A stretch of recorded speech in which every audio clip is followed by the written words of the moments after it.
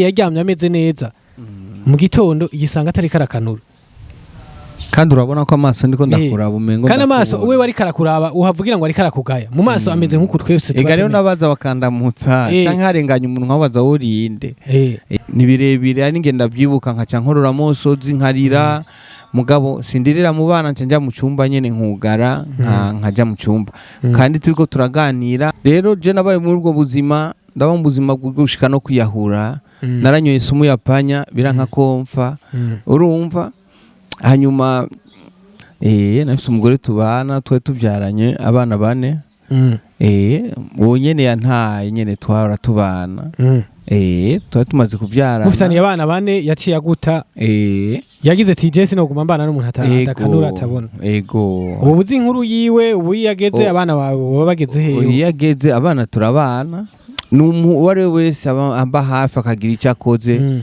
namba ari kilo cy'umuceri namba ari biro 2 namba ari inzu akamenya ati uyu muntu ageze ku kwezi akamurihira inzu canka abagira isho bafasha n'ujya Natasha aririmbye arigeze kumfasha ndihira amezi 6 na Dodo Sano ujya aririmba nawe nyene arigeze kundihira Malengo Business niyo mizero y'abarundi bose bakeneye kugura ibikoresho byose bikoresha umuyaga nkuba. Wifuza ama ordinateur, ama écran plat, ama television agezweho n'ibindi nk'amakinga, projecteur, ama bafle, ama tapi, eka n'ibindi mukenera byose mu buzima bwanyu busanzwe bwa misi yose. Cyangwa mukeneye umufundi ari binuje iyo bakorera ivyononekaye muhera iwanyu. Byose twakure kuri 68 tubatumikire. Malengo Business niwo muco wize ku barundi bose. Ayo WhatsApp Bujumbura Burundi ico boy MC Jojo 257 Mr Squaga Mr Muhindo Mr Testing Love Mr Hiu na yandi meshi yes reka munkunde ndabaramutse ndabahe mwaramutse canke mwiriwe ivanye naho muherereye mwebwe mwese bakunzi ba Marengo Media ariko imbere yuko dutangura imbere yuko ngira ico ndakubwira mbanze ndagusaba ubanze making sure ko wagize subscribe ndetse na share na comment kuri Marengo Media yes right now umusi narabemereye yuko bantu b'Imana nimba uri umuntu ufise impwemu z'abazima nimba kuri uwo mwanya byakunze kuryama bikavyuka umeze neza je yo bikunze ko mvyuka mpemuka umuka abazima ndashimira Imana nkakenguruka Imana kuri uwo mwanya kubera ko hari abantu benshi bashobora kuryama ntibavyuke bameze neza hari abantu benshi bashobora kuryama bakisanga bari mu bitaro why not wewe wivyutse bireka bishikugwa byuko wigira uko nyene nushima Imana. Yes, right now rero narabemereye nabazaniye ico bita fasha wigire, fasha wirenganire.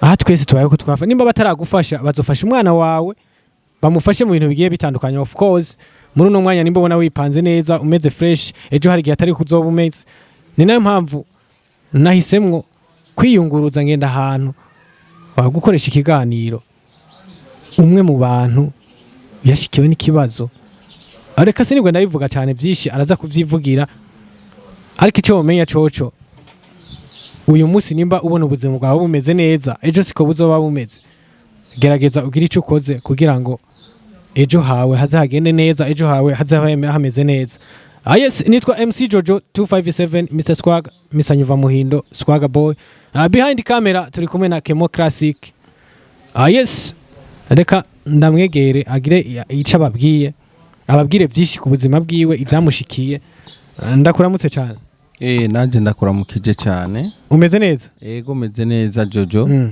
umenyesha makuru ukuri murakoze kutugendera Imana ibahezagire cyane tuganira nande ku bantu batakuzi muri kano kanya muganira na muntu yitwa Mbaza umutima wa Basi mbanga mu Kinama yego ngendana umuga bwo kutabona yego Abasi ku bantu batakuzi ubwo umuga bwo kutabona bwo bwagushikiye cyane mbega Abasi yavutse atabona je navutse mbona nigari Abasi yisanze atabona navutse mbona zagenze gute navutse mbona nk'abandi ndakura nk'abandi ndaja ku ishure nk'abandi hanyuma mu nyuma ababyeyi bamaze kwitaba Imana ndaja mu byo gukina umupira ndakina umupira mu nyuma rero nca njyama nkomeye mbyuka ntabona amatwi asumira ngo warakinye mu cicaro ca mbere hano mu gihugu iwacu ndetse ni ekipe y'igihugu warigeze kuyiserukira warigeze gukina ekipe serukira gihugu hari mu mwaka wa ryari ni ryari Abasi yisanze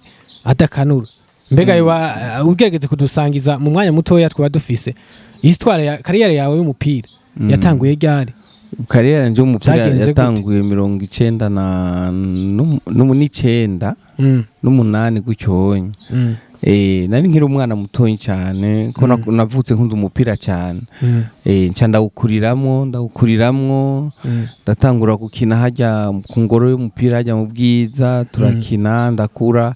Hanyuma ekipe yo mu Rwanda irangomwa yitwa Mukura Victory Sport nca ndakuyikinira.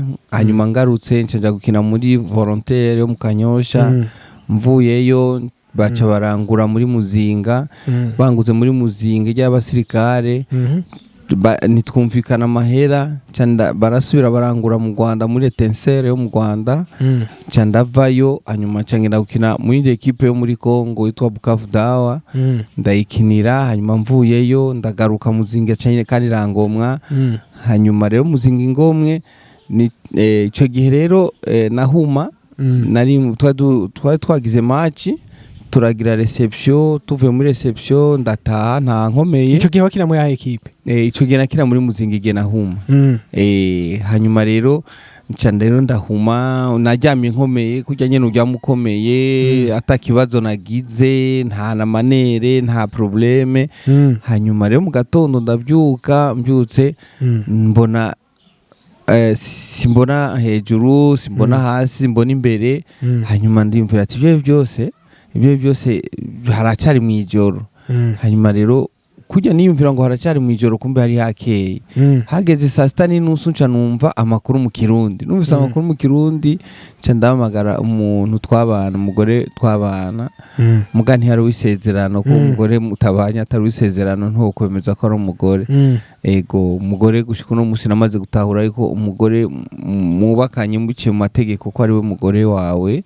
Hanyuma rero aca arawe arambwira ati none wewe ko saa 6 usigeze woba warayugwaye canke urarushe uraruhutse?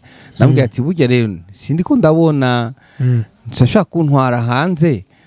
Aca nafata ukuboko shitse hanze mbona nta na kimwe mbona. Muga nkumva abana bavuye ku ishuri. Abana bavuye ku ishuri ndavuga nti none karabaye rero nahumye nyene. Hanyuma nambwira ati nshira amazi muri douche. Arambwira ati mbega uri kurigira ibiki? We ntiyabitahura. Ati byose byo uri kurigirisha? We ntiyabitahura agira nyene na mafente y'abakinyi canke na mafente nyene umuntu ariko aragira blague nka comedy. Ndambwira ati oya ntwara amazi muri douche. Hanyuma nambwira ati mfata ukuboko unjane. Ngo ni wijane shagenda woge nta kibazo. Hanyuma ndambwira ati oya nje njana ko biri ebana je mbona nowe kukubona rusinda kubona wambaye gute usa gute. Arambwira ati ebana ni wijane bijya by'ama blague. Ndambwira ati ncamamagara kana rero kari ku ruhande. Ko kana kaca kanyifatira ukuboko kanjana muri douche. Kanjaye muri douche rero imbere ya douche hari akanogo baca babona nguye muri ako kanogo. Ndakaguyemo baca wa muntu byakome. Ndi muri douche simbona ikintu. Ibase bari bashiyemo amazi nkabaza ati none ibase iri hehe isabuni mwayishize hehe? Barambwira ntayibona ngaho. Ndavuga ati oya ni muyinyereke. Baca baraza barayinyereka. Mvuye muri douche nyene nca ndahamagara kakana kamfata ukuboko ndasubira mu nzu. Subiye mu nzu nca ndamubwira ati basi mpamagarira umugenzi wanje. Aca aramuhamagara amuhamagaye nca namubwira ati burya rero nahumye simbona.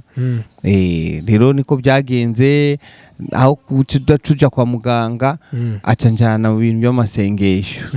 Rero kujya guteba mu masengesho amezi 2 ndi mu masengesho. Mbega kwa muganga bakugiriye tukiri kwa muganga aho bakugiriye bagupimye bakakugirira ibipimo aho sinari bwashike kwa muganga.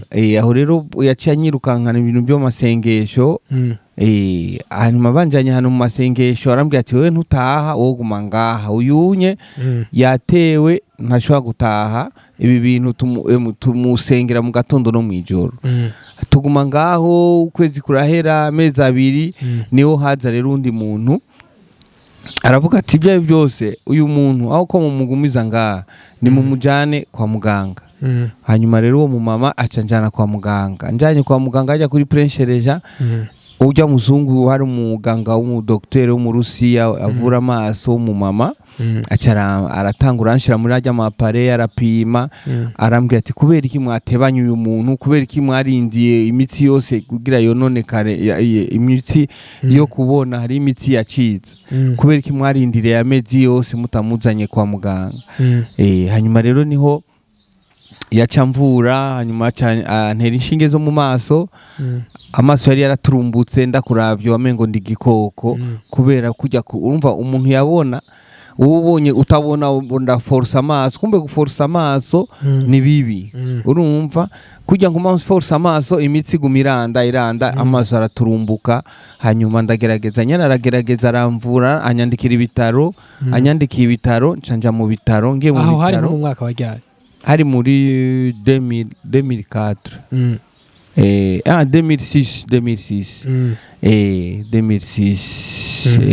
2009 ego mbega Abasi agikina umupira w'amaguru yarafitaniye imigenderanire imeze gute n'abandi bakinyi bahora bakinana muri rusangi na staff yose mwahora mukinana ubwo si bya bindi bahora bavuga ngo abakinyi b'umupira barakoresha ibintu by'imiti nibo baraguhaye ibintu by'imiti mwari mufitaniye imigenderanire yahe muri rusangi naho mwakinana umupira jewe nta muntu twarivugana nabi nta muntu mbere jewe nibyo by'amangetengete sinabyo nari bwabone muri equipe yacu narigeze kubibona rimwe gusa mugabo icyo gihe sinari muri muzinga nari muri equipe ya imwe ntashimye kuvuga ngaha y'abaswahili babita abaswahili mugabo urumva mwararoze biranka kwinjira baca babona inkoko mu kigo batujanye ku makaburi urahari hari kuri icyo gihe Nyabaranda yari gihari mu Kanyosha hariya batujana ku makaburi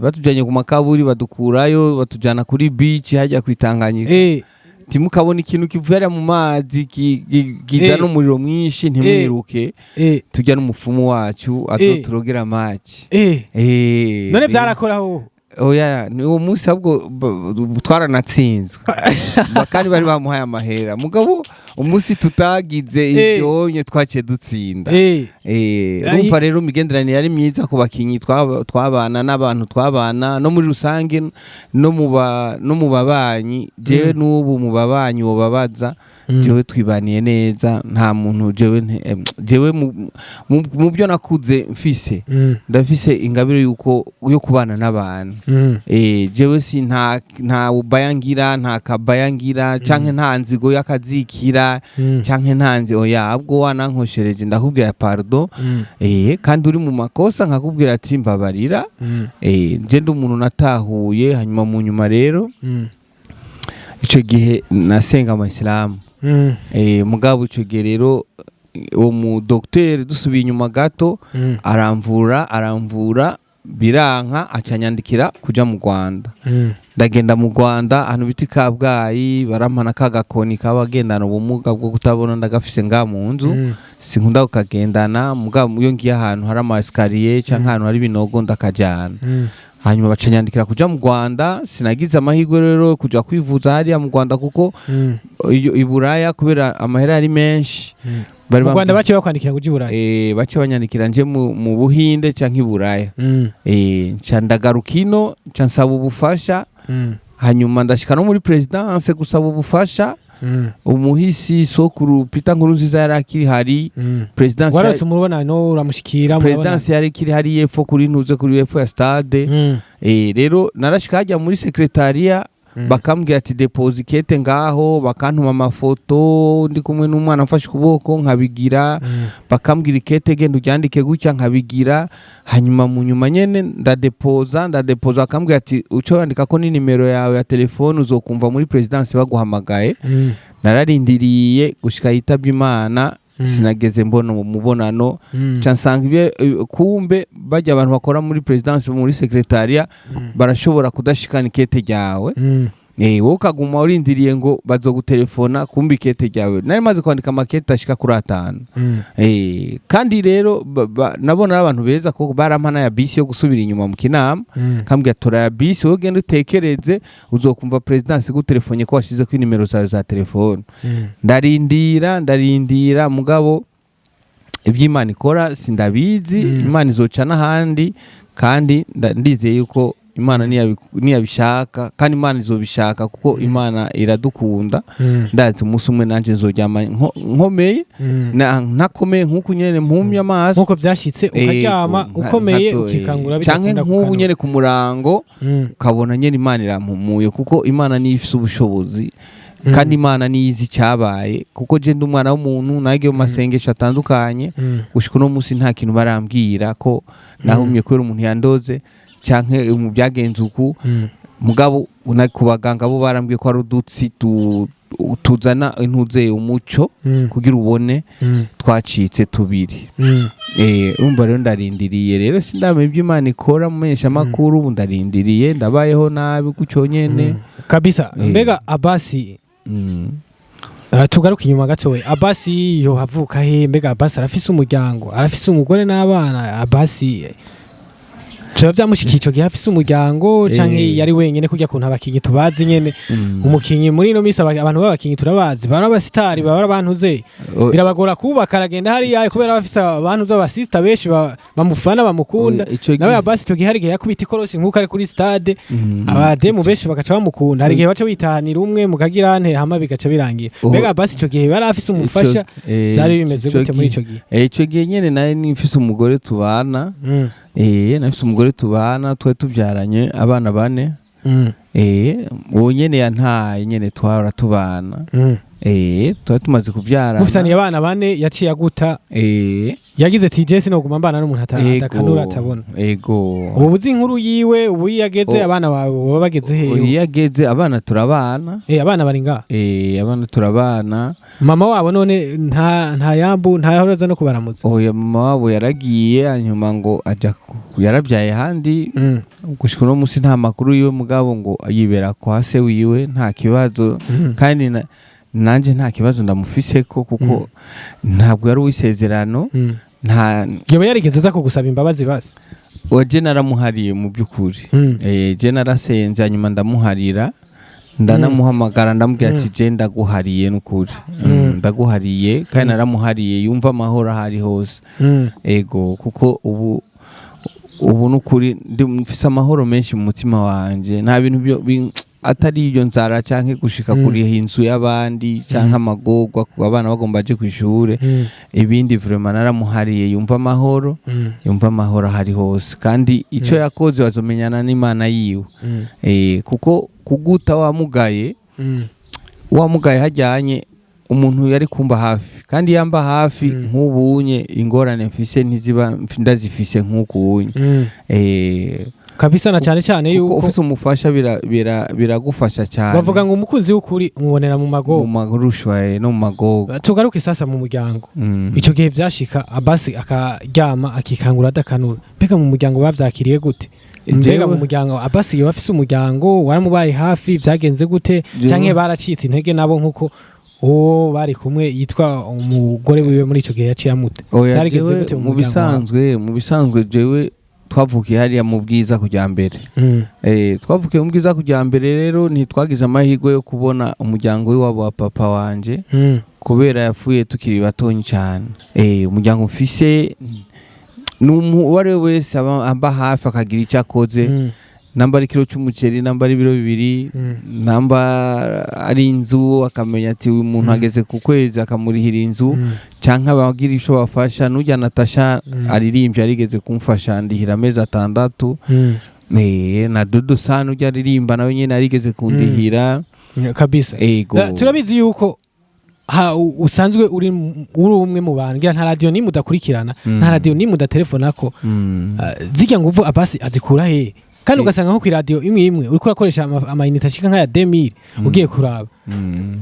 mbega Abasi kubera iki bijya bintu abikora kubera iki bimufasha iki muri kazo muri mu buzima bwiwe asanzwe abayemo je narikumiriye cyane maze guhuma nabaye nk'umuntu nk'agati kirebanga canke kujya umuntu abyara umwana mugaye akamubika ahantu mu kigo ntamusohokane rero je nabaye muri ubwo buzima ndaba mu buzima bwo gushika no kwiyahura naranyoye isumu ya panya biranka komfa urumva hanyuma mu nyuma sinzi umumama mwe yantwaye mu byo gusenga canakiraga kiza gucyonye hanyuma cani amahoro barandemesha mu kugira rero ntangure biya byo gutelefona hari umesha makuru yaranzi cyane kuri stade twa Pajo Patrick ndamubonye Pajo Patrick nkabo Pajo Patrick yarafise ikiganiro cavugira kuri Buja FM ikiganiro ciwe cyo mu gatondo cakurikirana na Zinduka ico kiganiro cari cyitwa Mpagaciro cyitwa Mpagaciro hanyuma rero ico kiganiro yakoresha abantu bamugaye nibuka ko hariho n'indirimbo yakunda kuvuza yitwa ngo sindi igihume ndi umuntu nk'abandi kandi nagobenye ubwandi yaririmbwe n'umuhisi Said Braza yarakunda kwishyura ndo ndakeneye ikibanza ndakabona mu bandi hanyuma rero ico gihe Pajo Patrick sinzi amakuru yumvise abamenyesha amakuru azi ko bapita bakumva amakuru menshi acaraza arandondera ico gihe nari mpanze hajya muri quartier Ngozi kubera iyi quartier turi muri quartier Bubanza nari mpanze ari muri quartier Ngozi ico gihe mbere ico gihe yabajije abantu nyene kubera n'umwana wo mu muji aracengetera arabaza umuntu aramubwira ati je nkeneye kubona umuntu numvise amakuru yiwe kandi amamenyesha amakuru b'inkino ntibari bwabe benshi ico gihe amasamirizi ntiyari bwabe menshi nk'ubunye hanyuma aracengetera acarandondera handondeye turabonana acarambwira ati ejo mu gatondo umwana zo gufata ukuboko saa 2 umengo saa 3 niho cyatangura ico kiganiro hanyuma azokuzane ku radio acara bakorera rya hepfo ya Kotebu hanyuma ndagenda mu kiganiro ankoresha ikiganiro ankoresheje ikiganiro munsi arandemesha abantu baratelefona barandemesha hanyuma bandemesheje nukuri baragize nico bamfasha uwo munsi birababaza abantu benshi rero akaza arantumira kenshi mu kiganiro hanyuma mu nyuma bamesha makuru b'inkino barantuma ko yari nambari Dorcas nantuze na Amidu Hasani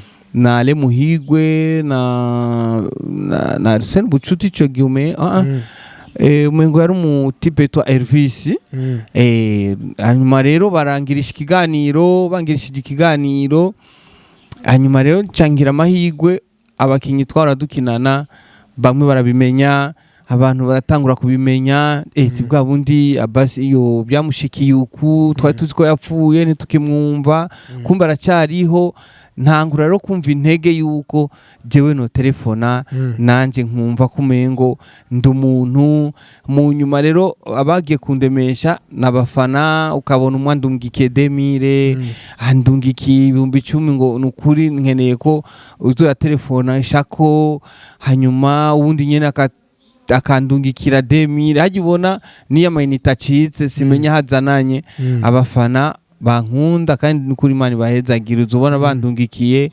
cyangwa umuntu andungikiye 10,000 muri limikash ndakoresha 5,000 muhira hanyuma 5,000 nayo akaba ari gukora igikorwa cyo kwakura cyo gufasha imitima ya benshi cyo kuremesha abandi cyo urumva kuko radio ijwi ryacu gushika no munsi rishika kure kwisamirizi canke ari hano winjira bakaguha kijya cyubahiro ko gati we tora tukumva ku radio biramfasha cyane narigeze no kuja ahantu kuri parke bategetsi nicaye gucyanye ndamukije umuntu magistrat carambwiye ati hori Abasi procureur caramenya umva ongiye kenshi kubera kwisamiriza banyumva numva umuntu andamukije cyangwa umuntu agahagarara mu ibarabara akambwira ati njira mu modoka ndakunguruze ntamuzi mbwaga cyambwira ati hori Abasi cyangwa ngiye ahantu barugurura umuryango akambwira ati wewe bakurihisha je ntibandihisha hanyuma rero nkaca ndabibamo gutyo bigaca bintera intege kumenyana n'abamenyesha makuru kuko isamirizi ni ikintu gikomeye cyane cyumvirizwa n'abantu benshi rero nico gituma rero urora wumva telefone kujyanye n'igihe kenshi iyo nabuze amayinite ndababara cyane ndababara nkabumviriza gusa mugabo nta musi wohera batandungikiye amayinite kandi Imana bahezagire cyane kabisa na cyane urukundo niko rwa mbere. Urukundo nasanze kandi bajya abantu batelefona ntuzubasuzugure, n'abantu bafite urukundo cyane, n'abantu bafite ubumwe, n'abantu bakundana. Ndashobora no kugwara bamenye ko nagwaye bakaza kundaba.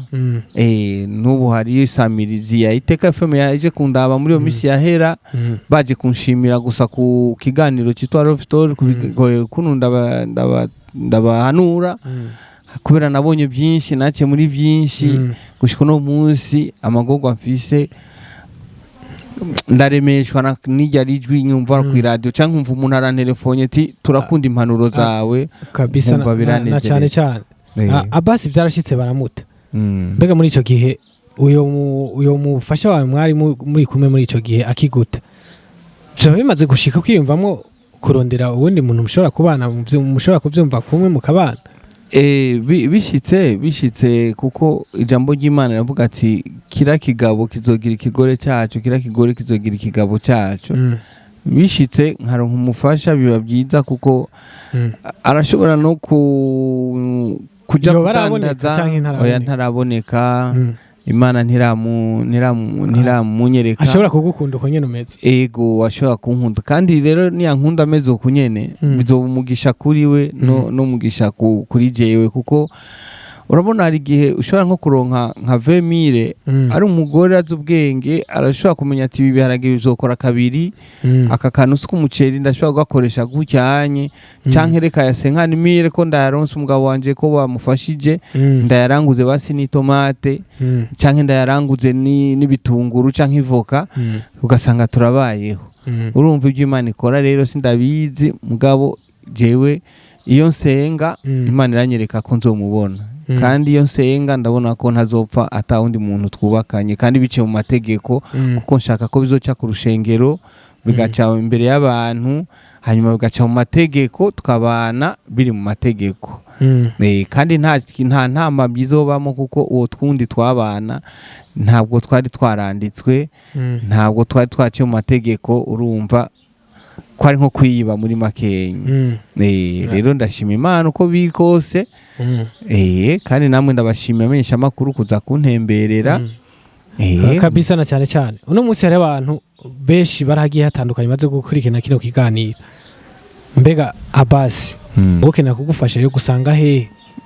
Jewe urakoze umenyesha amakuru. Jewe ukeneye kumfasha, jewe mba muri quartier Bubanza kuri 18 numero 36.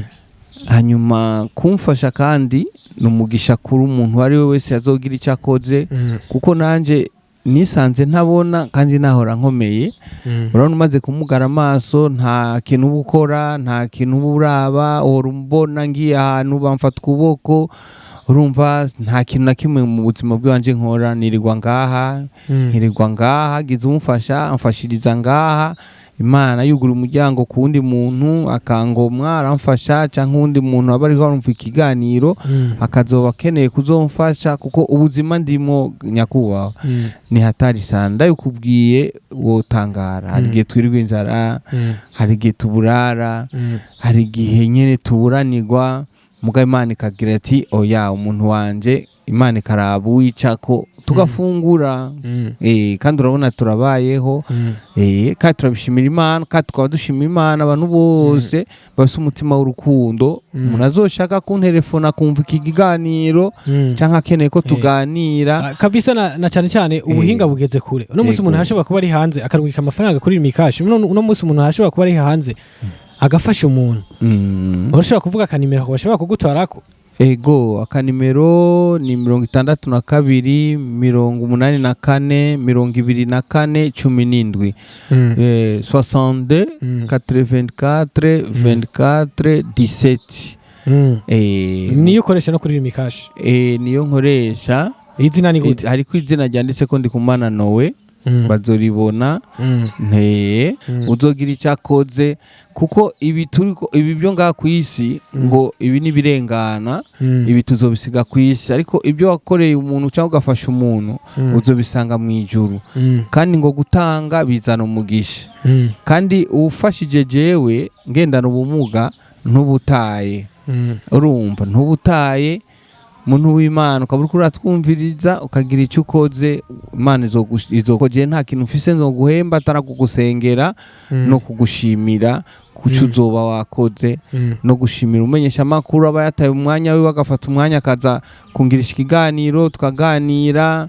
Nukuri ndagushimiye cyane jewe ebana ni birebire ari ngenda byibuka nkaca nkorora mosozi nkarira, mugabo sindirira mu bana njya mu cyumba nyene nkugara nkaja mu cyumba kandi turiko turaganira nkaca niha amahoro, mugabo urumva kubera umuntu afise ibibazo kandi si wari wese ndabitura ndabitura Imana, hanyuma nkaja mu cyumba nkasenga, maze gusenga rero ibintu bikagenda neza, Imana ikagira uwikozeko nkafungura, ntafunguye naho nkabwira abana tukaryama tukihangana nta kundi. Imana nibituzi, Imana ntishobora kutuwayo, nico gituma Imana yabayeho kugira ihezagira abandi nabo bahezagira abandi bagendana ubumuga n'abandi bakenye, kuko urashobora kuba utagendana ubumuga ukaba ukenye bivuye n'ubupfu bw'iwawe kudasohora amaboko, kandi nkabambwiye n'abandi bagendana ubumuga bareme, turafise Imana. Ndabaremesheje ntiwirigura tubwoko uja mwibarabara usega ugira gute wirwa kuzuba n'abana batonyi utwara abana usegesha, wewe senga Imana bizogenda neza. Imana irafise ukuntu ibikora.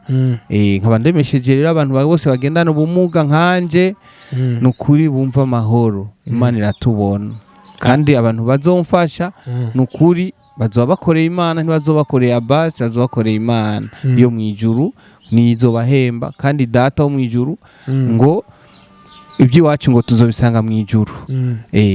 Kandi nasanze ibyo bintu ari iby'iwacu biri mwijuru, kuko ngaha ku isi uzorabe ugiye ku mpanda imodoka zawe uzusiga ngaha, ama etage yawe ntugenda uyajanye, mugabo bijya bintu wakoze Imana iravuga ati ko ari umukozi w'Imana yibukije Imana Ezekiel, Imana imwongera iminsi yo kubaho. Nujya umukozi w'Imana yashonere abapfakazi yitwa Tabita Dorcas, yari yarapfuye neza, yapfuye mugabo aca yibutsa Imana ati Mana uyu muntu ko yafashije abakene, ko yafashije iki, wemera apfe, Imana ibongera iminsi yo kubaho. None wowe uzokwibutsa Imana uzovuga ati je narigeze mfasha basi n'umuntu yahumye canke umuntu agendana ubumuga, kandi Imana yaraguhezagiye. Murakoze kabisa Abbas, ndagushimire cyane, ariko imbere yuko ndagushimira akajambo ka nyuma ushaka kubwira abakunzi ba Marengo Media n'abandi bantu muri rusange baza kuraba kino kiganiro bafise nico bashoboye kugufasha, turiko turarangiza mu mwanya muto cyane. Nuko abakunzi ba Marengo nuko no baramutsa, ndabaramukije cyane, ndanabasengera kugira ngo ikiganza c'Imana kibe muri mwebwe abaza kumviriza ikiganiro canke abakurikirana ibiganiro bya Jojo. Imana ibandanye kubahezagira, Imana ibandanye kubaha umugisha, kandi abazogira icyo bakoze n'ukuri mbaye ndabashimira. Imana izobane namwe, Imana izobahezagire, murakoze cyane. Yes, ndabashimire cyane bakunzi ba Marengo Media. Bavuga ngo fasha wirenganire, nimba wowe umunsi ubona umeze neza, ejo washobora gufasha umwana wawe nawe ushobora gukuramo ayo marori, bakubone amaso yiwe ameze nk'aya dufise twebwe, ameze nk'aya dufise, kandi yaryamye ameze neza, mu gitondo igisanga atari karakanura. Kandi urabona ko amaso ndiko ndakuraba umengo, kandi amaso uwe wari karakuraba uhavugira ngo ari karakugaya, mu maso ameze nk'uko twese tuba. Rero nabaza bakandamutsa canke harenganya umuntu nkabaza urinde, kandi uje ukandamutsa utankozeko ukaza ukahagarara imbere yanje, urashaka mbega ayo maso yawe ngize nk'uko we nkage urumva intuze ko ngoma nkoreko nkaho ukojejeko uravyumva, mugabo ugije nkaho nkojejeko numvise ko inkonoki zankoze, mugabo ugize ikiganza imbere yanje gujya sindakubona, canke iyi microphone sino kugira ngo isagute, rero nkaho ukozeko gucyanye, aho nca numva ko ukojeje ku ngohe, nca numva ko ukojeje ku ngohe, mugabo nk'ubu sino kugira ngo iyi microphone isagute, canke nk'ubu ngo wambaye impuzu isagute wewe umenyesha amakuru. Ndabashimire cyane abakuzi ba Marengo Media, ndaragushimire cyane nawe Abbas. Yego murakoze cyane, agende ndabashimiye gose kubona mwateye intambwe mukaza kutuganiriza, mukaza no kutugenderaho tuba mukanahabona. Imana ibaho umugisha cyane ku bwitanze mwagize. Niba ufise ikintu ushobora kumufasha Abbas, birashika ukaba uri hanze cyangwa ukaba urahagiye hatandukanye, urashobora kumuha imitwe y'ukuntu ashobora kwivuza canke nawe ubona hari ico ushobora gukora kugira ngo ashobore gusubira kubona canke ico ushoboye kumukorera mu buryo bugiye butandukanye. Fasha wirenganire, nimba umeze neza ejo umwana wazo wameze nawe canke umuzukuru wazo wameze nabi, ibintu bigende neza, ibintu bigende fresh, uze wiratire ko hari ikintu wafashije umuntu, uze wiratire ko hari ikintu wakoreye umuntu azohora kwibukirako. Ndabashimire cyane mwebwe mwese bakunzi ba Marengo Media, ariko imbere yuko ndabashimira nabasobe muri bwabo mwenyene n'urukundo ikiganiro mukigeze kure, kize kurabwa n'abantu benshi, umaking sure ko wagize subscribe, umaking sure ko ugomba usharinge muri ako kanya, ushireko na commentaire hariya iyo ari yose iratwubaka, ukwiza kubimeze kose urashobora gushirako impanuro nazo ziratwubaka twebwe. Ndagushimire cyane, ndagusaba nimba uri umusirimu ukitegoza gukoresha ibintu by'abasirimu ukubitira muri Marengo Business, tudandaza ibintu bigiye bitandukanye, ama ordinateur, amatapi, amakinga agiye atandukanye, ama speaker agiye atandukanye, ibigiye bitandukanye niho bisanga ibintu byiza bya electronique, umufunda ameze neza ashobora kubikwestara ibintu bikagenda neza. Muze turabahaye ikaze, uraze kubona inimero hariya kuri screen, ibintu bigende neza cyane. Dukorera ngaho imbere y'isoko kwa Mufizi. Ndabashimire cyane, mugira aho muba mubahwe. Hasta la vista, ciao ciao.